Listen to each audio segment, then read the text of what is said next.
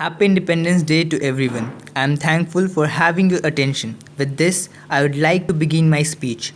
I am here to speak about the importance of this very day. We celebrate Independence Day as the national festival of India.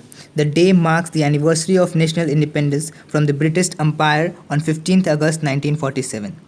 Furthermore, it is the most auspicious day for the people of India because India becomes independent after lots of hardships and sacrifices of the brave Indian freedom fighters. From that day onwards, 15th August became a very important day in Indian history and in the hearts of every Indian. Also, the entire nation celebrates this day with the full spirit of patriotism. After the independence, Pandit Jawaharlal Nehru was chosen as the first Prime Minister of India. Moreover, he unfurled a tricolour flag at the Red Fort in the national capital.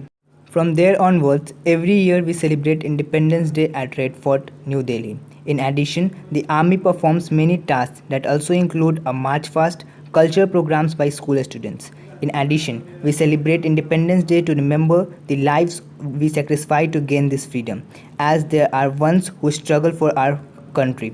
On this day, we forget our differences and unite as one true nation should. Most noteworthy, it tells how our country got independence from the grasp of Britishers and about the sacrifices our freedom fighters has made for the country.